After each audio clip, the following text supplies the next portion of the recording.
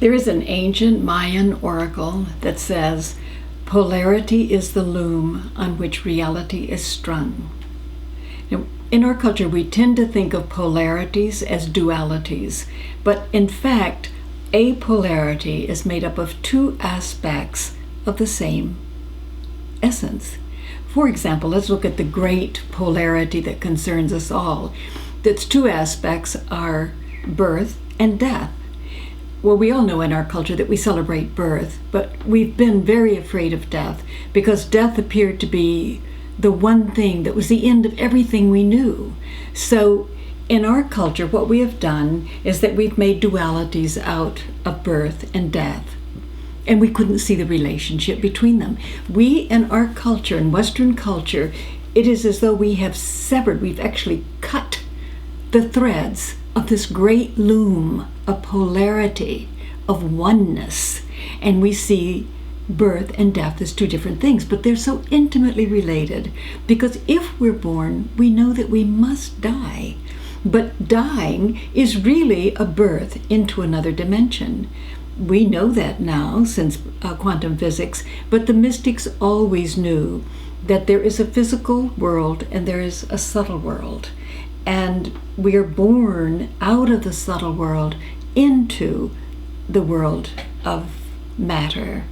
And we live that life, and then we are born out of it back into the subtle world.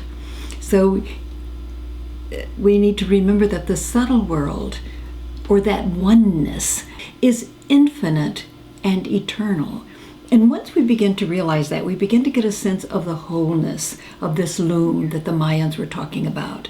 That polarity is the loom on which reality in the physical world is strung. Once we realize that, we can live life with much greater joy. Because death now causes enormous suffering, because it's the end of all that we know. It's of course always going to bring grief when the physical reality of someone we love is no longer present.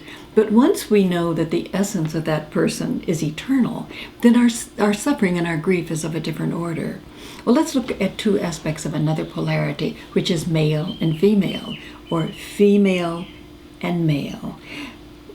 They are two aspects of the same polarity, and neither can experience their own wholeness without a relationship with the other.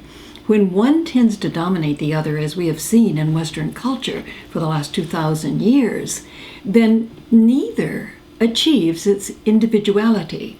But what is necessary, and what has been seen in mythology and all great cultures, is that the male and the female and the male need to come together in a sacred relationship so that they create a harmony. It's a sort of like counterpoint in music, that you retain your unique individuality, each retains its unique individuality, but in the relationship it is able to create a beautiful harmony, a beautiful music, and they each is able to realize their own wholeness. We might say we don't really quite know yet what the feminine dimension really is, or the masculine dimension really is. We will only know that when we can really allow the polarities, the relationship that is natural to them. Well, let's think of two aspects of another polarity, and that is what we call the right brain or the left brain, or the symbolic mythic mind and the rational conceptual logical mind. Again, in Western culture, what we've done is that we've severed these two dimensions. It's as though we took scissors and literally cut the threads of this organic wholeness within the human mind. And this has caused terrible problems in our culture. Once we can begin to understand what actually the first major theorist in Western culture understood, and that was Jean-Baptiste Vico, he understood clearly that mythic symbolic language was what developed first, that the right brain developed first. And he saw very clearly that there is a poetic logic in the symbol and the myth. And it is out of this right brain that the left brain develops.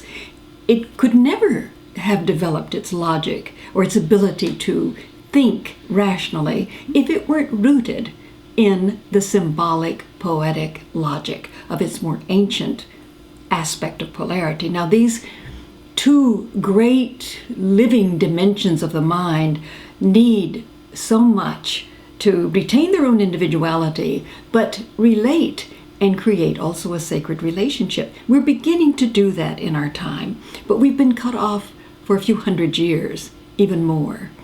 When Jean-Baptiste lived in Vico in the 1700s, he wasn't listened to.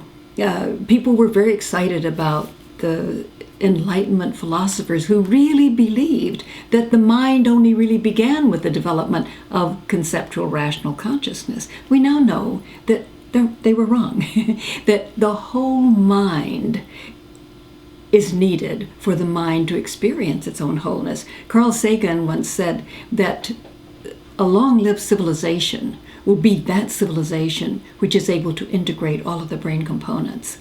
And we're talking about these two living aspects of the mind that if they can create the sacred marriage, they can retain their individuality, but the vastness of the mind can only be achieved through this marriage of the two. When we sever rational consciousness from poetic consciousness, from the mythic symbolic mind, we have what we think of as a very brilliant mind, but it does not bring joy. It does not bring the vast dimension of the universal mind to us, because the right brain really is a great conduit to the quantum field, and there's information flowing through it all the time. And we can be in touch with that through the myth and the symbol, but we need both. Those are just a few of the great polarities of reality. But if we tend to think not in terms of dualities, where we've severed the loom through the middle, but of two aspects of wholeness, then we'll be whole ourselves, and we'll be much more joyful and much more intelligent. After our son died, my husband and I were sitting at the table, and he suddenly spoke, and it was that wonderful time when spirit seems to speak through the right brain, through the left brain, and he said, it's as though he truly understood it for the first time, and he said, there is nothing but life. Nothing but life. And of course, that's true. That's the wholeness, symbolized in the East by the yin and the yang, in a circle, a complete circle. And then he said this, he said, death is as divine as birth. Hold them in both hands, play with them, but balance them. This is the divine game.